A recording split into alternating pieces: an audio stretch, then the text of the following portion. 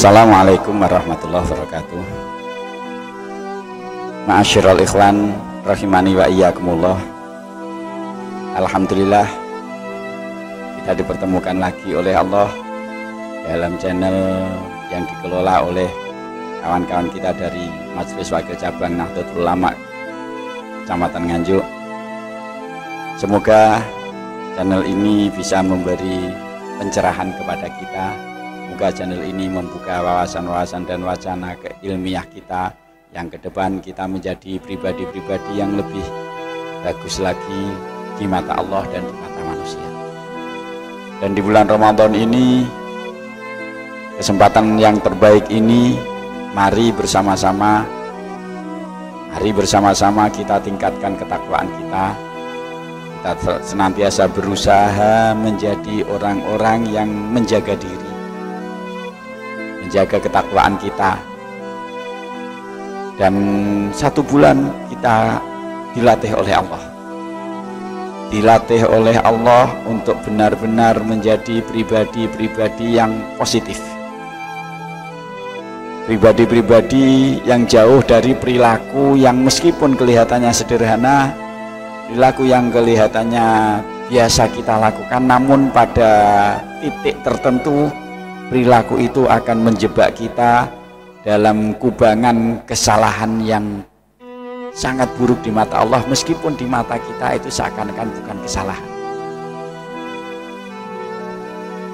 Rasulullah memberikan koridor, batasan yang penting untuk kita jadikan agar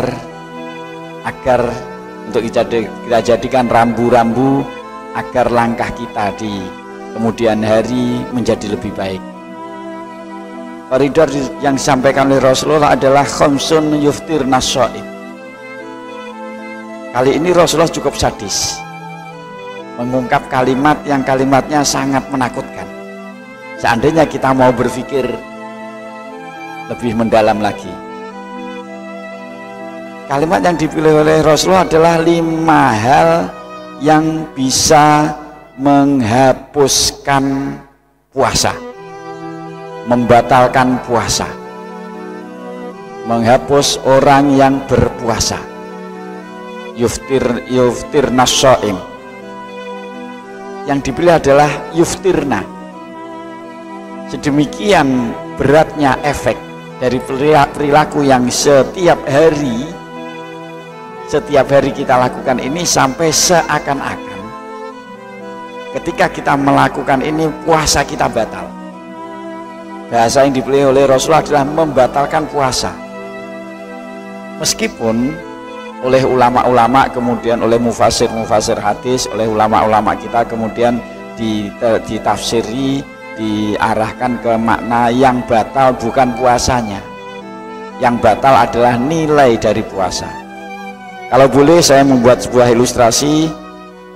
Pada saat mangga kita masih utuh di pohon, kemudian satu ketika anak-anak yang main-main di malam hari cangkruan melempari atau mengambil mangga kita, maka mangga kita hilang. Saat itulah puasa kita batal. Saat kita melakukan hal yang membatalkan puasa, maka mangga kita dicuri oleh setan, oleh tetangga kita, diambil oleh anak-anak yang sedang cangkruan tadi. Namun keadaan tertentu mangga kita masih utuh, kelihatan begitu ranum, begitu menggoda kita untuk memetiknya. Manakala mangga itu kita petik, kita kupas, ternyata di dalamnya penuh dengan ulat, mangga itu busuk. Busuknya mangga ini meskipun secara faktual, secara lahiriah mangga ini masih ada, namun sudah tidak bisa dikonsumsi. Inilah yang dimaksud oleh Rasulullah, 5 hal ini membatalkan puasa, yang oleh ulama kemudian ditafsirkan membatalkan nilai dari puasa kita. Maka ibarat puasa kita yang penuh dengan 5 hal yang dalam keseharian merupakan sesuatu yang sangat enteng untuk kita lakukan, Itu ibaratnya adalah mangga kita yang sedang busuk karena penuh dengan ulat di dalam. Al-ghibah. Yang pertama, gosip. Masya Allah, kalau sudah bicara tentang gosip ini, saudara-saudaraku, kawan-kawanku dan segenap muslimin, kalau sudah bicara tentang gosip ini satu pandemi yang jauh lebih merata daripada Omikron atau Covid. Ghibah ini mengungkapkan hal yang dilakukan oleh orang lain, terlepas yang dilakukan itu dosa atau bukan, terlepas yang dilakukan itu benar-benar dilakukan atau tidak. Yang penting pada saat kita mengungkapkan hal-hal yang terkait dengan orang lain, yang bila dia mendengar secara umum dia tidak suka, maka itu adalah ghibah. Kalau yang kita ungkapkan itu bukan hal yang dilakukan oleh dia, maka bukan lagi ghibah namanya, bukan sekedar ghibah namanya, bukan sekedar gosip. Di situ juga selain gosip juga fitnah. Dan lebih bahaya lagi efeknya bila yang kita ucapkan itu berkait dengan perselingkuhan, dalam tanda kutip adalah perzinaan. Maka di situ ada 3 dosa sekaligus. Ghibah, kalau dia tidak melakukan maka fitnah, ghibah dan fitnah. Kalau kita mengucapkan tentang perselingkuhannya, maka ghibah, fitnah plus qadzaf, menuduh zina. Maka 3 dosa besar sekaligus kita lakukan. Dan ini Masya Allah, menjaga dari ghibah ini, mulut kita sudah sangat sulit. Mulut saja sudah sangat sulit sekarang, era gadget, era digital, di mana lewat media-media sosial ghibah ini jauh lebih mudah lagi. Maka mari 1 bulan Ramadan ini kita melatih diri untuk berusaha agar puasa kita tidak batal di mata Rasulullah, atau nilai puasa kita tidak terhapuskan di mata ulama, agar puasa kita benar-benar menjadi puasa yang mengangkat derajat kita di hadapan Allah Subhanahu wa taala. Hindari. Yang kedua, namimah, yaitu adu domba. Mungkin ini agak jarang dari kita yang berani melakukan. Yang ketiga, al-kizbu, kebohongan. Ini setiap saat. WA, media sosial itu sering memancing kita untuk berbohong. Termasuk saya sendiri. Ketika ditelepon istri di mana, padahal sudah sedang cangkruk di warung, ngomong sedang ngaji. Nah, ini potensi-potensi kebohongan yang kita lakukan satu kali itu akan selalu menggiring pada kebohongan berikutnya, dan akan menggiring kepada kebohongan-kebohongan berikutnya. Saat itu kita lakukan di bulan Ramadan, maka mangga kita adalah mangga yang busuk. Yang kemudian yang keempat adalah an-nazru fi syahwat. Nah, ini juga sangat berat pada saat ini, memandang lawan jenis dengan ada dorongan syahwat, seksualitas atau sensualitas. Nah, bagaimana kita tidak berat? Padahal saat ini kondisinya adalah media-media yang ada di hadapan kita selalu memunculkan gambar-gambar yang begitu jujurnya ditampilkan di hadapan kita.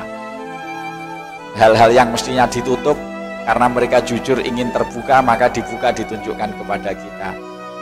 Ini cukup menakutkan sebenarnya. Bagaimana ketika kita buka HP, satu situs yang bagus, tapi iklannya ternyata gambar-gambar yang bagian atasnya semakin ke bawah, bagian bawah semakin ke atas, yang hanya ditutup oleh segitiga yang begitu menggoda mata untuk memandangnya.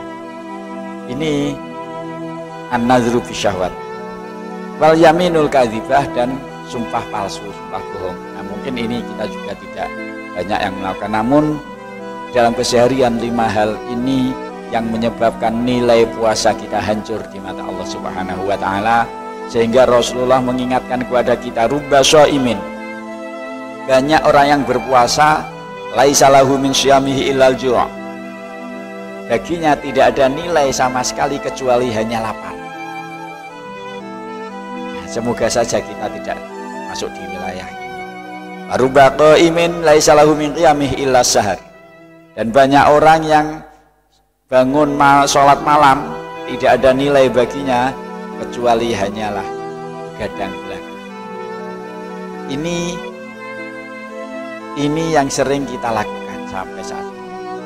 Kalau dalam pertemuan sebelumnya saya mengatakan kita hanya terpaku pada kuantitas ibadah, pada lahiriah, pada aspek fisik ibadah kita, namun kita tidak menjaga kualitas, aspek batin, nyawa roh dari ibadah kita sering kurang menjaganya.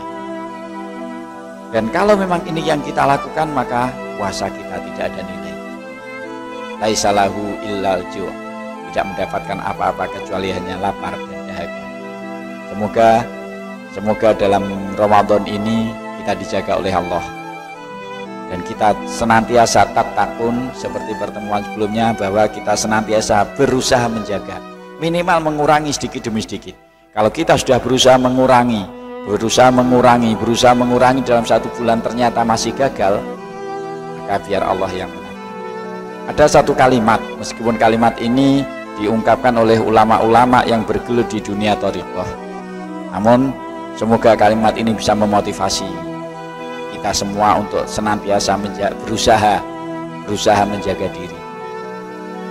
Kalimat dari ahli thariqah ini, kalau seseorang menjalankan teori thariqah, berthariqah, suluk, kemudian dia meninggal sebelum sempurna dalam perjalanan thariqahnya, maka di alam barzakh nanti dia akan disempurnakan oleh Allah Subhanahu wa taala.